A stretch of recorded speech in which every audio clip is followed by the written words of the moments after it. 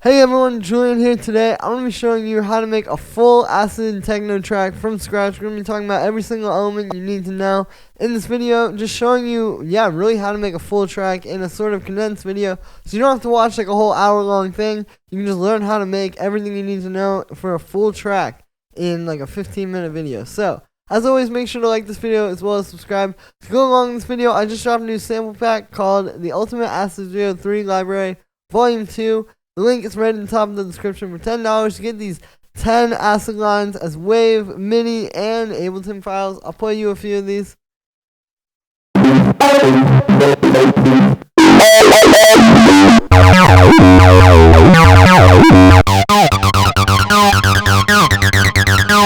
Plus, it comes with this ultimate multi-band distortion rack, plus this full track template as well that you heard in the intro, and some bonus techno drum loops. So, it's a really good value. You get a really, really high-quality sample pack. I promise you this will help you make your best music today if you've been struggling, or you just want some new inspiration. This is just full of stuff that'll help you make really better tracks, and you can use all of this.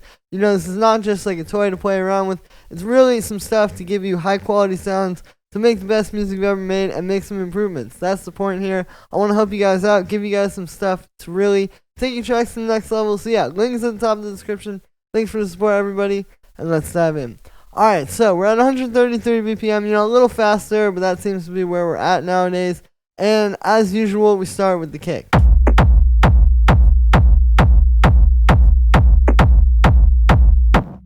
So this kick is made of 4 layers. So we have the main kick here. This is one of mine.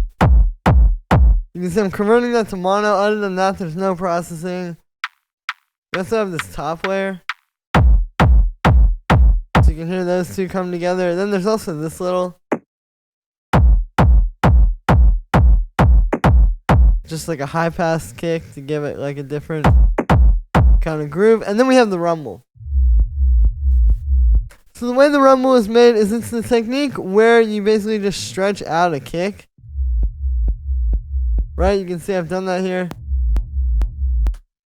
And then I'm using a low pass filter, and then we're distorting it with this amp.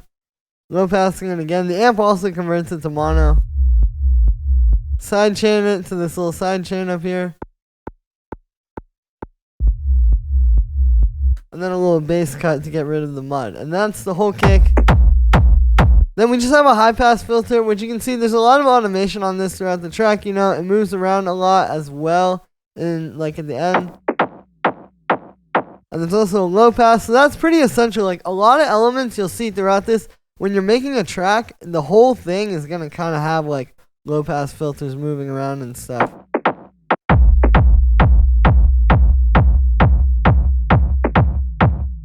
Even this one is also moving around there. And then we have a utility converting it to mono. Then we have just a bit of vinyl noise. Add some texture. This roller bass, which you can hear, just fits underneath the kick. This is really popular these days. And the way you make this is usually with some wavetable synthesis. So what I've got here is I've got wavetable. You can see this is Juno square stack. And then we have a low pass filter. And then there's an envelope on the filter cutoff plus the oscillator 2 position. We're using this shaper here. This is a new thing in Ableton 11. And you can put it with a utility and you can get this like nice volume shaping, almost like a side chain.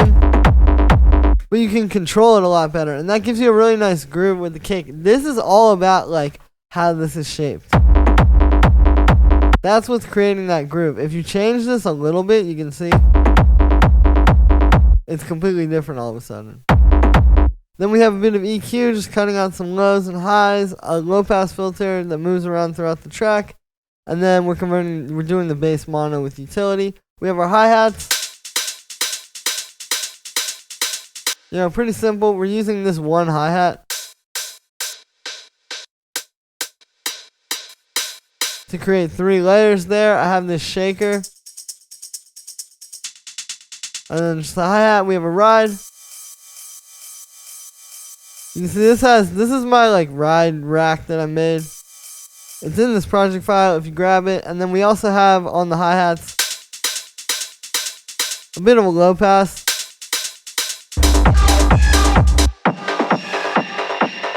You can hear just like a nice way to transition into the break there.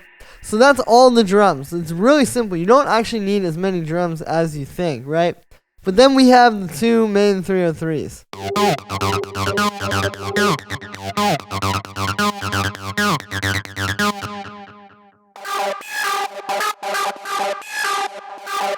So what's happening here is we're kind of just playing these two off of each other. Like you have kind of when one's playing, the other one's gone, and then they fade in and out together. Right, but they're in the same key, so it all works. So for the first one, the actual MIDI looks like this. And you can see with this one, we're really playing with the note lengths. Like with these 303 patterns, having these little short, like, you know, really tiny notes, you get a lot of groove by just having it kind of expand as each note goes on, and then tightening it up at the end of that. So you can play around with that and get a lot of different grooves out of this versus like, let's say I just quantize all of this. Totally different thing, right? Other than that, it's really simple. It's just two notes, just G and G sharp across different octaves. For the sound, it's made with operator. It's a saw wave. We got a low pass filter with a little envelope. Like, that's the secret to the 303 is you don't want actually that much envelope because you have the filter moving all around. You can see there's a bunch of automation on that.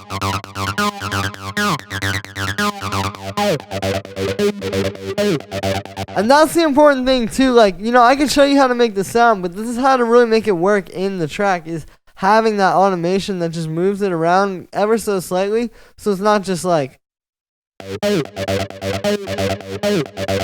that one thing the whole time, right? Then this is going through just a bit of an amp. I have some echo on there, which also we're using that in the break to kind of make it disappear. I have a bit of drum bus, which is blended. This is being sidechained to that little sidechain at the top. We have another low pass filter actually, which just kind of brings us in and out. And then a high pass, which cuts out some room for the kick. Then we have...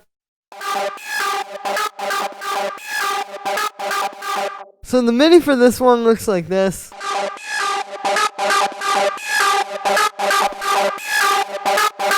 Right, and so you can see, again, this one is just two notes. It's just G and G sharp, so same two notes. That's the funny thing about a lot of acid techno tracks. Are usually just like one or two notes if you really do these kinds of patterns. But you can see you can do so much with just two notes. And that's what makes the pattern so catchy too, is like it's less notes. So, you know, it's just sending less information to your brain and it's easier to remember. So to make the actual sound on this one, I was actually playing around with some stuff. So with this one, I did, so you can see it's a saw wave. And then we actually have some noise as well as unison, right? So usually for a 303, you wouldn't do that. But I wanted to see, you know, just kind of push it. And it sounds sick. I mean, it's really that pattern, the MIDI, that makes it like very sort of acidy. And also, we still have this bandpass filter with the envelope. It's key tracked as well. So, you know, we're getting like a very acidic sort of sound. There's some automation in different places too.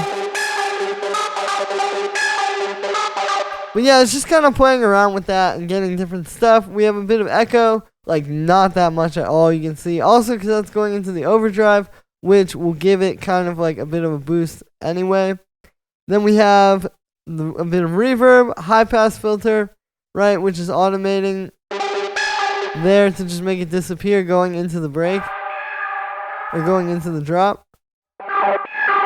Sidechain, and then a low pass, which brings it in and out. Then we have all these little stab 303s. So what these are is I've made different... These are actually presets from the Acid 303 library volume 2 that I talked about in the beginning, right? So we just got all these little...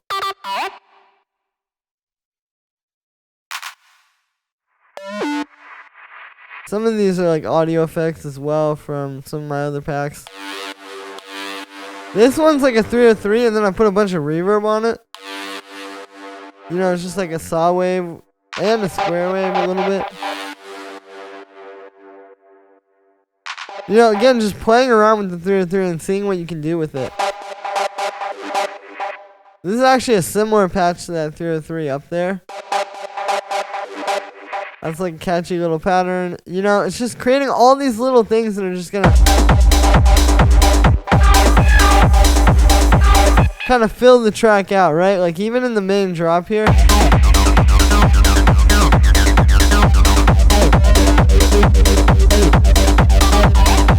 Having all these little stabs really helps. You can see this one. So this is like a square wave 303 with a little saw wave. We've got a bandpass with all this envelope and stuff. And then we have this multi-band distortion here. So you can see we've got like the highs being distorted, the mids, and then the lows. This is also in the pack as well, this ultimate multi-band distortion rack. So this allows you to really like shape the sound. Right, and then we got a bit of reverb, high pass, sidechain, pretty much on all of them. And then the only other thing that we have besides those 303s and then the drums and like that noise up there and stuff would really just be the effects for the track. That's all this green stuff down here. You know, we've got like some sweeps, crashes, all that kind of stuff, as well as like in the build up. We have a snare, which is really simple. It's just 16th notes, and you can see there's a high pass filter which goes up a little bit, and also, yeah, it's literally just utility, which I prefer using utility over just automating this volume here, because if you do a utility, you can get like, you can still move this and mix the track versus like having that be stuck to automation. We have like a sweep here, which is just a bit of white noise with a band pass and like a filter.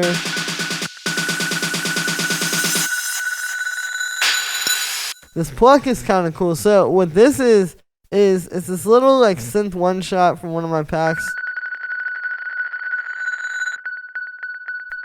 And what we're doing is I have an arpeggiator actually automating like the rate.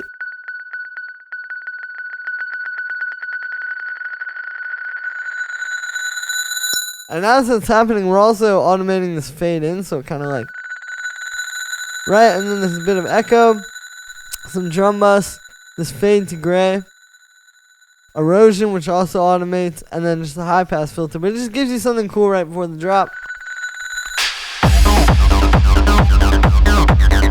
And there it is. So that will be how you make a whole acid techno track from scratch. Like I said, guys, as always, make sure to like this video as well as subscribe. Let me know what you think of this video in the comments. Like I said in the beginning, you can get the Ultimate Acid 03 Library, Volume 2, 10 really high quality, key labeled, and BPM labeled acid lines.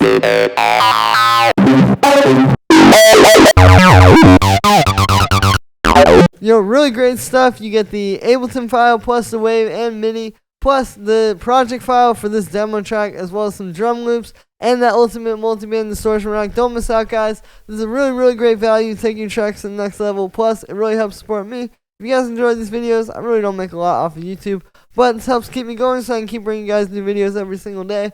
Thank you so much for the support, everybody, and I'll see you tomorrow with another video.